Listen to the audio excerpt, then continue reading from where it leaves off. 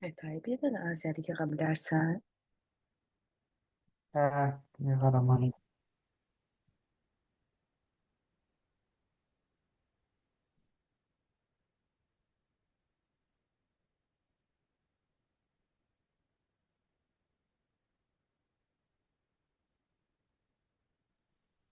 Ad boy verdiğinde qoşlar yəqin. Mən virtual maşından qoşulmuşam bu dəqiqə. Əlim çox çaşır da, Hardan? yəni. Məndə Power BI yükləmək olmur Mac-ə. Ona Hə, görə elə bil Windows istifadə eləməliyəm. Windows istifadə eləmək üçün də elə bir virtual maşın qoşmaq lazımdır. hə, Onu qoşanda da elə bil içində sən fərqli-fərqli serverlər eləyə bilirsən. Məsələn, Linux-a qoşula bilərsən, Windows-a qoşula bilərsən. Windows-un içinə məsələn başqa serverlərə də qoşula bilərsən də. O burada da Mac-də hər şey tərsinədir axı. Yəni bu kiçik balcıqma X-də bax soldadır, burada hər şey sağdadır. Bir də bir görüntü olaraq da hər şey çox fərqlidir. Ya Zoom-u yükləmişəm. Açıram, hər şey çox fərqlidir mənim öz Zoom-umdan. İndi Windows'a, Stone da belə çıxır ki, Mac-dən Windows'a qoşulmusunuz. Hə. Çünki BI-yə keçə bilmək üçün məcbur virtual maşın istifadə etməliyəm.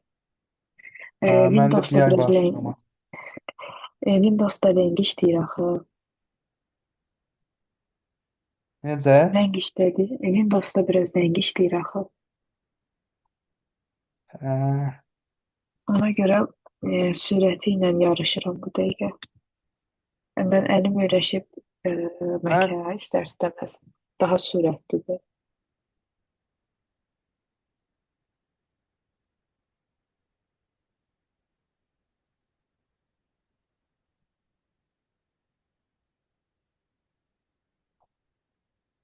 mənim bu arada bir dəfə hazırlamışam mən Power BI-dan.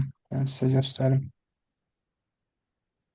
Birdən ekranını bölür. Mən amma deyəsən sən icazə verməliyəm hər bircə saniyə. Bir Tapacam indi dəqiqə də onu. bir tapım. 2 ilin final günü var. Məncə mən səni host elədimsə, ya deyəsən özümü hostdan çıxartdım. Hə, you are the host now. Bir dəqiqə. Mən sənə nə deyirsən, ekranı bölüşmək üçün akses verməliyəm.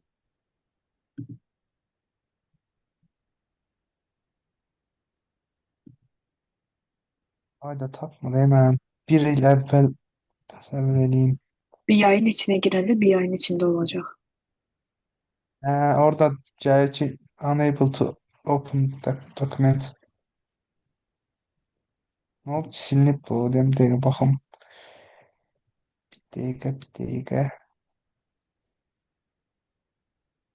Biz Windows'larda bir ay o Nasıl qədər də herkes ümumiyyətlə koşuyor? problem yox, narahat olma. Windows'ların mən çoxunda görmüşəm də, təkcə bir ay deyil, bir çox tool açanda əziyyət çəkir. Amma mən Anaconda-ya girəndə bəlkə bir 5 dəqiqə gözləyirdim də. Kompüter köhnə deyil. Yəni onu aça bilən level'dadır. Prosta ki gec açıldı. Onluq deyil, mən deməli 2021-də özümə oyun parametrdə HP almışdım.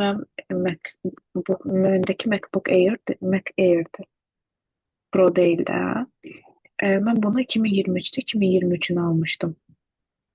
Mən alanda M2 idi, indi M4, bir də M5-lər çıxır deyəsən. Ə, buna qədər həmişə Windows işlətmişəm də. Mən 2021-də getdim kontaktdan və o gündən bu günə kontaktdan heç nə almıram. Kontaktdan HP aldım oyun parametrli. E, Təsəvvürün 2021-də mən ona 2130 manat pul vermişdim. 2021-də də, yəni indi o notebooklar 3000 yarım 4000-dir. Və mən yəni orada həmin vaxtım özüm üçün şey öyrənirdim. Illustrator, Photoshop falan zülmlə açırdım. İstər-istəməz donurdu. Windows biraz ləng işləyir.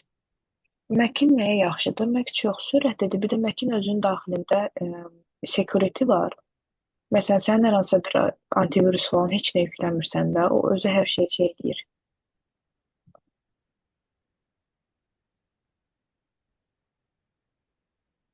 Yola istifadə edərək görərik. Niyə də istifadə eləməyəsən? MacBook Air'lar o qədər baha deyil, balacaları. Elə HP normal HP qiymətinədir. Bu dəqiqə Mac-dən bahalı HP-lər, Asus-lar var.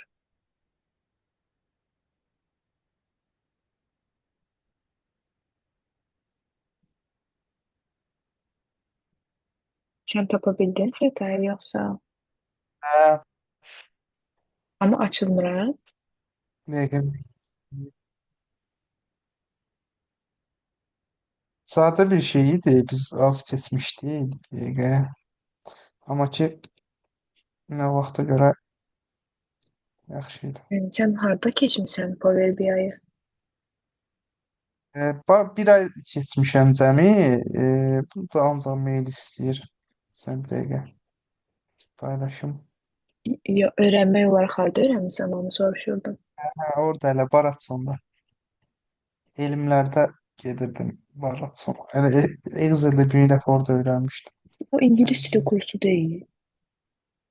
Yox, financial digər məsəl şey də maliyyə kursları falan da var. Nura neyse Amma ingilis dili kursu. əsas istifadə şeyləri görünür ekran. Hı hı. Burada meylim istəyir, yazıram da düzəlmir. Nəsə belə bir bunun Sadəcə şəkayəti var. iki dənə hissəm var da, düzdür? Hə, burada bu yadımdadır. Ayda mail istəyir. Sənə çox güman bu Outlook-a bağlıdır. Belə olanda neyin istəyir?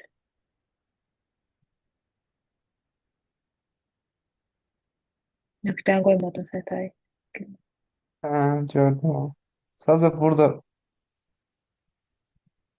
Ya bu Outlook mail istəyir. Sən eləyə bilməyəcəksən belə. altında var da.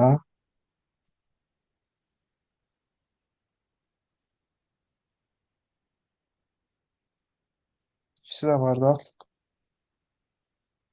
E-mail'e Outlook'un bak. sonunda Yani gmail.com'dur. buraya yazdım. Ha,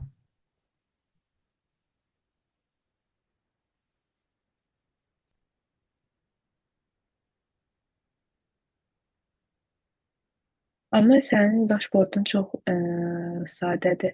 Biz daha sadədir. ə, Hə, advanced-ını sadə də. keçəcəyik. Bu nəsə Biz olmur. məsələn, biz keçdiklərimizdə şey olacaq, dataları seçəndə vizualın dəyişəcək. Produktu seçəndə vizualın dəyişəcək. Regionu seçəndə vizualın dəyişəcək.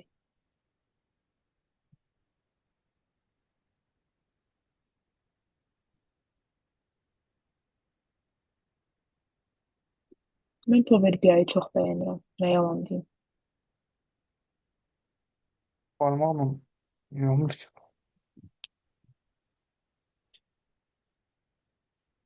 Bəlkə mənə heç hesabım yoxdur. Hmm. Hesabım deyəndə belə istifadə eləmişəm. Yəni vaxt ikən. Düzdür, bəlkə Heyfsiz güncəlləməmişəm istifadə falan ondan da eləmək. ola bilər. İndi mən deyəcəm sənə xəta bunu silib təzədən yükləyərsən. Yükləyəndə zaten özü restore eləyəcək. Hə? Heç də belə bir şey idi. Sadədir. Əslində indi bu datadır. Burada bu hissəsində şeylər var. Bunları Yes, bu gün bunlara baxacaq ki, bunlar nədir? hə, burada heç nə yazmamışdı o yadımdadır. O heç. O Buna istifadə eləməmişəm. kapılot Onsuz təzə gəlmiş kapılot təzə tapşırıqda çıxıb. burada mecralar yaradırdıq. Nə bilim. Kapılot 2022-dən bu tərəfə çıxmalıdır. İndi daha advance olub biraz. Mən onunla tanışdığım 2023-də olub, 2023-də belə deyil. Upload var da məndə onda özü güncəllənib bu belə çıxır. Mən ümumiyyətlə notebookda Yox, güncəlləmə kapılot, prosesi necə gedir onu bilmirəm. yox, kapılot BI-ın öz içindədir. Məndə burada var da. De, bunu demirsiniz. Yəni o BI-ın öz içindədir o köməkli kod falan və sairə yazmağa. Yəni sən prosta sadəcə table kimi datanı gətirmisən ora. Hə, Bir dənə bizdə də sual kiçik belə idi. vizal qurmusan. Hə, data var idi. Sonra burada bunları Measure'lar dataları şey yaratırsan. eləməliydik. Hə, birləşdirməliydik. Ondan sonra da Measure'ına ad da tapşırıqlar verməlisən. yadımda deyil nə idisə. Ona görə burada belə şeylər də var idi ki, klik eləyəndə həmin səhifəyə qayıdır. Yəni dashboarda klik eləyəndə ora qayıtır. Və kontrol klik Action'lar var. deyəsən. Hə, atı kontrol klik eləyirəm, atır. Bu gəldi yenə. Hə, belə bir şey. Hə, Bunlarla bu biraz sadə də, basic amma idi. giriş Hə, kimi bu də biraz basicdir. Biz amma biraz daha böyük, yəni mən sizə bir aydan tapşırıq verməyəcəm. İstəsən ekran görüntünü bağla, mən ekranını bölüşüm, bir dənə o bağlaya şeylə bilmirəm bağlı. dəqiqə. Hə, Ə, stop. Okay. Bağladım. Niyə bu görünür deyəsən. Bunu görürsüz də indi. Ekran paylaşımımızı gördük. Okay, əla. Deməli biz bir ay necə keçəcək? Mən düşünürəm ki, siz istərsəniz biraz da yorğunsuz. Biz bunu çox yaxşı öyrənməliyik. Çox yaxşı öyrənməliyik deyəndə mən yəni yadınızda demişdim ki, Power BI elə bir ə, tooldur ki, biz sadəcə sizinlə bir yerdə öyrənəcəyik ki, onu necə istifadə edə bilərsiniz. Necə məsələn Power BI-də tabları öyrənirik ki, PowerPoint-də daha doğrusu Excel-dəki insert tabu var. O tabunun içində nələr var, videonun içində nələr var və onu necə istifadə edə bilərik. Hər birinin prosta məntiqini öyrənirik və sonda bir dənə o öyrəndiklərimiz toplaşacaq. Bir dənə bizim üçün qəşəng bir dənə vizual olacaq və o vizualın içində BI-ın bütün funksionallıqları olacaq. Ondan sonrası artıq qalır sizin ə, öz üzərinizə. Mən sizə sayt göstərəcəm. O saytdan datasetlər götürə bilərsiniz. O datasetləri analiz edə bilərsiniz və analiz edəndən sonra onları vizuallaşdıra bilərsiniz. Ümumi olaraq biz necə keçəcəyik Power BI-yi? Bu gün qısa olaraq sadəcə introduction eləyəcəyik ki, Power BI nədir, orada nələri keçəcəyik, ilkin baxışda orada necə yüklüyürük, nələrə fikir verməliyik, necə update-lər gedir, onun müəyyən qədər Excel-dən fərqi nədir? İkinci olaraq biz bu 6 yəni mündərizət olaraq bu 6 dənə mövzulu kimi keçəcəyik bunları. Ən uzun belə deyək də dərsimiz bizim olacaq bu gələn dəfəki dərsimiz biraz və calculation measures və daxlar olacaq. Çünki biz nəyisə vizuallaşdırmaq istəyəndə hər hansı bir formulalar yaratdıqca onu daha çox daxla yaradırıq. Düzdür, measure'lar da yaradırıq, amma daha çox dax daha üstünlükdür. Müəyyən qədər necə belə deyək, connect oluruq data source-a. Onu məsəl üçün şey gələn dəfə baxacaq ki, data source-a necə daxil oluruq, oradakı müəyyən qədər datalarda necə kolumlar əlavə edirik, kolumları silirik, kolumların üzərində müəyyən bir çevrilmələri və sair necə edirik. Ondan sonra artıq əlaqələr, biz daxları necə yaradırıq, vizual olaraq dashboardlardan necə istifadə edirik, hansı ki, o bayaq Xətay sənin göstərdiyin action var idi. Butonun üzərinə vuranda bizi başqa bir şitə atmalıdır, ata bilir. Hər hansı bir məsələn bizim produktlarımız varsa, produktu seçəndə, ili seçəndə filtrlərimizi istifadə edəndə dashboardumuz ona uyğun olaraq dəyişir və müəyyən qədər də Power BI-nin içinə son illərdə çox güclü AI tətbiq olunub. Bunun ən belə birincisi də Copilotdur. Onunla yanaşı Visualın öz içində belə müəyyən qədər AI hissələri var ki, ora məsəl üçün sən yazanda ki, show 10 transactions ingiliscə sənin üçün hazır vizuallar verir. Və sən sadəcə o vizualları seçib onun üzərində müəyyən dəyişikliklər edə bilirsən. Burada da vizuallaşdıranda görəcəksiniz ki, necə ki Pythonın içində biz X label, Y label qoya bilirdik, xəttlərini dəyişə bilirdik, rəngini dəyişə bilirdik. Power BI-də bunların hamısını edə biləcəyik. Yəni oturub saatlarla vizualınızın üzərində oynaya bilərsiniz. Vizualın nə qədər görünüşlü olmağı üçün də əslində biraz məqalələr oxumalısınız. Bunu yəni danışmaqla deyil, bu biraz öz üzərində işləməklə yerinə gələcək bir şeydir. Çünki vizualda ən önəmli olan şey odur ki, sən az rəngdən istifadə eləməlisən, daha açıq rəng istifadə eləməlisən, biznesinə uyğun rəng istifadə eləməlisən və daha oxunaqlı olmalıdır, sadə olmalıdır, simple olmalıdır. Kimsə vizuala baxanda o başa düşməlidir ki, birincisi sən vizualda nəyi göstərmək istəyirsən. Sənin biznesin nə qədər göstərir? Sən analizini daha özündə necə e, belə deyək, ehtiva eləyir də. Bunlar artıq müəyyən qədər təcrübədən irəli gəlir. Yavaş-yavaş işləməlisiniz. Əslində Power BI elə bir şeydir ki, analitikanın müəyyən hissələri var. Bir var ki, sırf sən BI üzrə analitiksən. Ancaq vizual düzəldirsən və sənin düzəltdiyin vizual üzərində insightlar verirsən biznesə. Yəni xaricdə sırf vizuallaşdırma ilə bağlı yəni vakansiyalar var. Yəni sən sırf yəni vizual üzərində analitiksən də, yəni sırf yəni o işlərə baxırsan da, sırf məsəl üçün siz BI mütəxəssis olmaq istəyirsinizsə, hər hansısa bir vizual toolun oturub bir çox şey oxumalısınız. Eee, Adi vizualda çox önəmlidir. Sənin istifadə elədiyin başlıqların şrifti, hansı şriftlər olmalıdır. Bunlar belə analitiklərə çox da deyilmir də. Əslində bunun özünün ayrıca bir dizaynda elmi var, kitabları var, məqalələr var ki, sən daha çox hansı tip şriftdən istifadə eləməlisən, başlıqlarda şrift ölçüləri necə olmalıdır.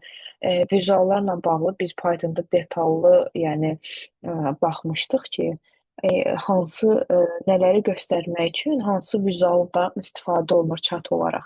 Yəni bunlar birəbir Pythonda öyrəndiyimiz məntiq hamısı BI-dadır. Yəni dəyişən bir şey yoxdur. O sadəcə Pythonın içindədir, bu BI-nin içindədir. Amma məntiq eynidir. Hansı halda bar chart istifadə edirik, hansında pie chart istifadə edirik, hansında o heatmapləri istifadə edirik. Python, BI-nin öz içində xəritələr var. Xəritənin növləri var. Bu məsələn Pythonda yoxdur da. NVIDIA sadəcə sırf vizual tool olduğu üçün burada vizual seçimlərimiz daha çoxdur. Amma yenə də məntiq olaraq eyni qalır. Mən maksimum dərəcədə müəyyən qədər sizə məlumatları ötürməyə çalışacağam, amma dediyim kimi siz daha çox özünüz experience eləməlisiniz. Bir də ki, daimi olaraq araşdırma eləməlisiniz. Araşdırmada olmalısınız ki, vizualda nələr çıxır, hansı məsələn siz nəyi vizuallaşdırmaq istəyirsinizsə, çoxu, yəni BI onsuz sizə təklif eləyirik Copilot ilə, AI ilə ki, bu vizual sənin üçün daha yaxşıdır. Amma yəni daha yaxşısını eləmək istəyirsinizsə təbii ki, bir var, yəni dediyim kimi analitiksi sizə orada BI lazımdır ki, nəyisə vizual olaraq göstərəsiniz. Burada çox da BI tipli öyrənməyinizin bir şeyi yoxdur. Müəyyən qədər bilikləriniz, heç bir müəyyən qədər BI-yi tanıyırsınız, sizin üçün kifayətdir. Gedəcəksiniz ChatGPT-yə deyəcəksiniz ki, Power BI-dayam. Bu mənim burada datam var, bu kolumlarım var. Mən buradan necə vizual düzəldim? Sizin üçün hazır daksları da yaradacaq, verəcək. Sadəcə measure'ları, daksları yaradacaq. Siz niyə kolumlarınızı eləyəcəksiniz, formulalarınızı və axırda gəlib vizuallaşdırıb vizualın üzərində oynayacaqsınız. Yəni çətin bu heç nə yoxdur da. Yəni dediyim kimi indi hər şeyi öyrənməyin ən asan dövrlərindən birindəyik. AI-yı sadəcə istifadə eləməyi, necə tətbiq eləməyə önəm verməliyik də. Burada da yəni hər şeyi əzbər yadımızda saxlaya bilməliyik. Yenə də yəni sizin də yadınızdan çıxa bilər, mənim də yadımdan çıxa bilər.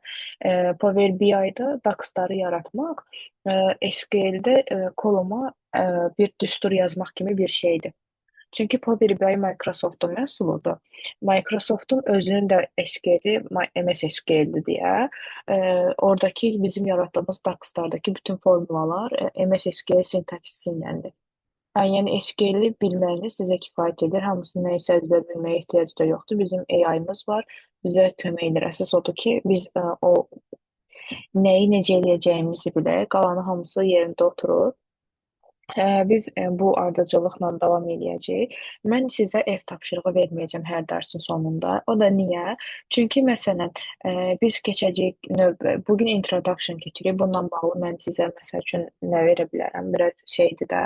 Amma bu gün keçdiklərimizlə bağlı gələn dəfə mən sizə bir 5-6 dənə quiz göstərəcəm. Onların cavabını soruşacağam bir-bir sizdən.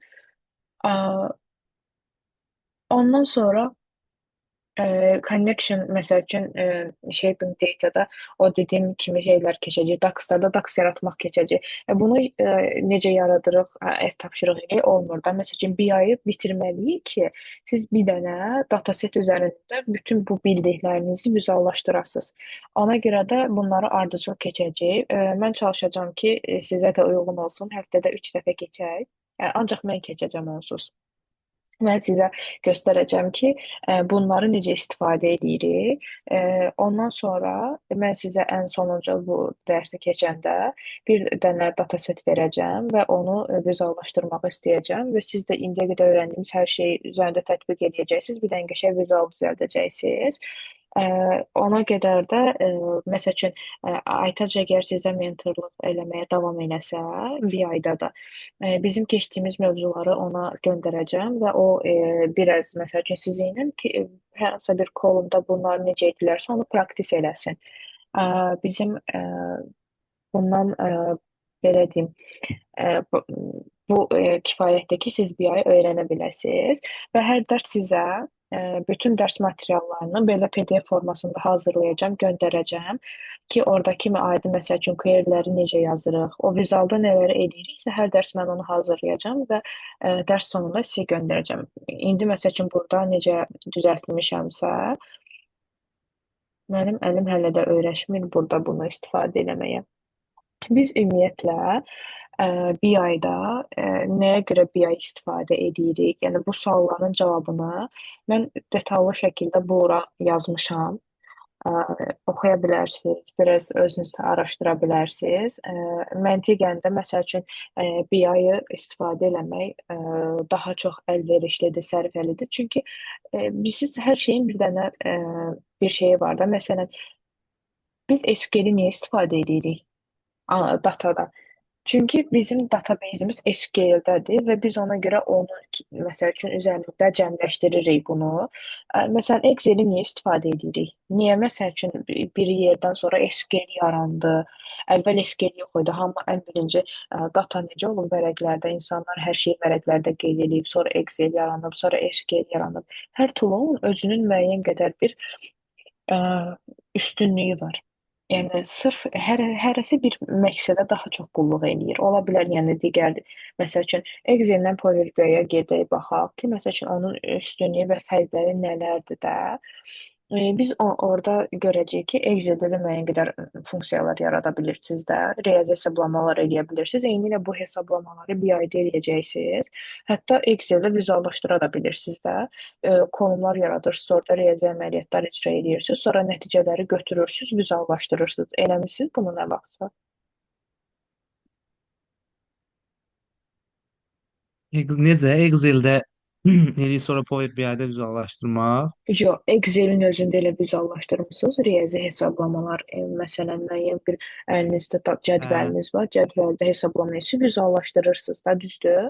Power BI də eyni hə. şeydir. Biz cədvəli oxuyuruq, ya harasa source olaraq oxuyuruq, ya da ki, cədvəlimizi özünü gətiririk, ora müəyyən bir metodat olaraq read edirik, necə ki, Python-da oxuyurduq da. Orada başlayırıq daxlar, measure-lar yaratmağa, müəyyən yeni kolumlar yaratmağa və sonra yaratdıqlarımızı götürüb vizuallaşdırırıq. Əslində eyni işi görürük də. Onda belə çıxır ki, Excel-də yəni Power BI varsa, onda biz niyə yəni əlavə olaraq Power BI yükləməliyik, ona pul ödəməliyik? İndi məsələn şirkətlər üçün o Yəqin ki, söhbət gedir də. şeydə Power BI-də daha yaxşı vizuallaşdırma alətləri var. Yəqin ki, ona görə. Yes, Power BI sırf vizual göstərmək üçün olduğu üçün ona görə də vizual olaraq sənə daha çox təkliflər verir. Plus BI-də daha belə deyim, DAX əməliyyatlarını eləyə bilirsən. Şey necə deyim, daha çox böyük funksiyalar yaza bilirsən və datası daha çox olan istifadə edirsən. Excel-in özünün bir limiti vardı. O limitdən sonra sən ora cədvəli böyüdə bilmirsən, əlavə edə bilmirsən. Amma BI-də sən Excel-dən daha böyük datalarda vizuallaşdıra bilərsən. Amma təbii ki, bizim kompüterlərin ona gücü çatmaz. Məsəl üçün mənim öz kompüterimə yükləmək olmur da. Mən virtual maşın istifadə edirəm deyə. Məsəl üçün biraz böyük dataset olanı mən bir ayda vizuallaşdıra bilmirəm. Öz kompüterim üçün deyirəm. Amma yəni bu indi bizim şəxsi personal kompüterlərimizdə də, iş kompüterlərində təbii ki, belə olmur. Orada daha çox şey olur, amma hər ikisinin də ortaq odur ki, biz hər ikisində müəyyən qədər querylər yaza bilirik, onu vizuallaşdıra bilirik və biz ümumiyyətlə BI-ı necə yükləyirik? BI-ı yükləmək üçün əslində sadəcə elə Google-a ə, Power BI Desktop download yazmağımız kifayətdir. Orada elə onsuz da sadəcə elə Windows üçün yükləmək olur. Sadəcə orada şey var da, Windows'un neçənci o 64 bit, 32 bit olur. Siz öz kompüter ayarınıza uyğun olanını yüklüyorsunuz. Yükləməyə çox sadədir, amma əgər kompüterinizdə varsa, onu silin, sonra yükləyin. Niyə? Çünki uzun müddət əgər BI-yə daxil olmamısınızsa, oradakı yeniliklər girəndə update falan istəyir, birdən eləyə bilmərsiniz, mail istəyər. O da ona mail yazmaq üçün sizin Müəllimə, mailiniz. Hı -hı. mən cümləyə daha doğrusu daxil olmağa çalışdım. Yəni öz mailimdə, işçi mailimdən. İşçi Hı mailimdən -hı. deyəndə ki, hər gün istifadə etdiyim mailimdən girmədi. Deyir, yəni Sən başqa tələbə mail. İndi mailindən girə bil. universitet Azər ya da sən tələbə mailin var. Mənim tələbə məndə də mailim var. bilmirəm. Bizdə şey adı dəyişiblər. Yəni sistemi dəyişiblər. Mənim tələbə mailimdən kodu yazıram, yəni daxil Müəllimə, olmur şeyə, Outlook-a. Bəs bax sən o məsələni həll elə, universitetdəki mailini də. Sən universitetdəki mailindən 4-cü kursu qurtarana qədər bir çox şeydən yararlana bilərsən. Bilirəm də BI-ya onun yaza üçün, bilərsən. Tablo yəni hətta çox şey lisenziyasız da pulsuzdur. tələbə üçün. Yəni çox şey bilirəm, pulsuz istifadə eləmirəm. Sadəcə yəni bilmirəm, daxil olmaq olmuyor heç cür. Bəs mənim də var tələbə mail. universitetə girən, yox sənin tələbə biletin deaktiv, mailin deaktiv olar xəta indiyə. Niyə? Ə, qurtarmısan axı, qurtarmamısan? Qurtarmamışam axı hələ. Hə, mən də biləm qurtarmısan. Ə, Prosta hardan tapmamı bilmirəm. Bir dənə Udemy deyirəm, şey əlavə eləmişim LinkedIn-ə, baxım görüm tapa bilərəmsə. Məsələn, tələbə mən tablo öyrənəndə 2-3 il əvvəl mən tələbə deyildim, amma podruqam tələbə idi. Onun maili ilə keçirdim, amma orada da list var ki da sənin oxuduğun universitet nəsə onu təsdiqləməlidir. Elə bir şeylər var da.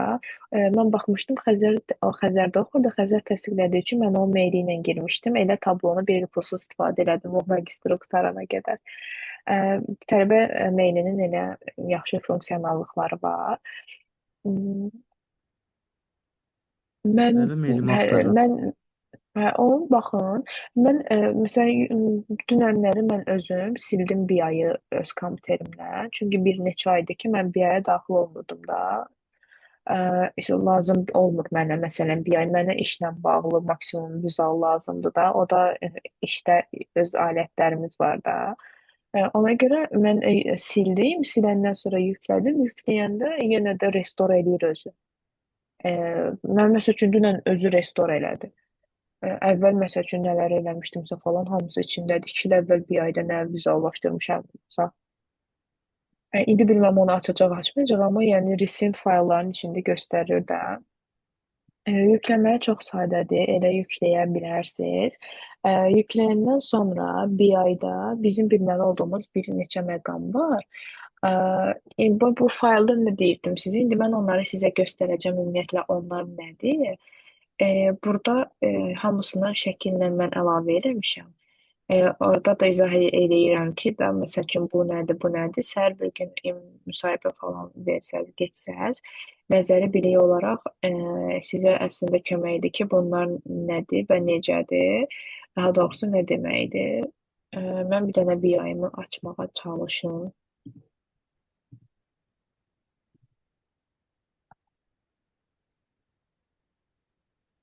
Siz mənim ekranımı görürsünüz yoxsa?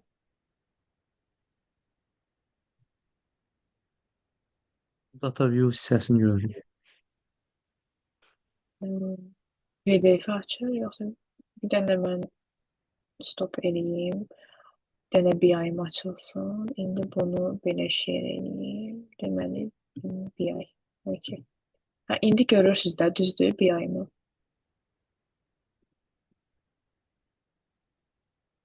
Hə. Power BI açılanda belə ilk öncə səhifə açılır. Burada ayarlar, bu option və setting hissəsi ayarlar bölümüdür, option hissəsi. Burada bizim bilməli olduğumuz bir neçə dənə məqam var. Onları deyəcəm ki, onlar hansılardır? Biz onları ə, nəzərimizdə ümumiyyətlə saxlamalıyıq. Bir dənə açılsın. BI belə Windowsda donur. Sizdə də yəqin ki, belə donacaq. Buralar açılsın.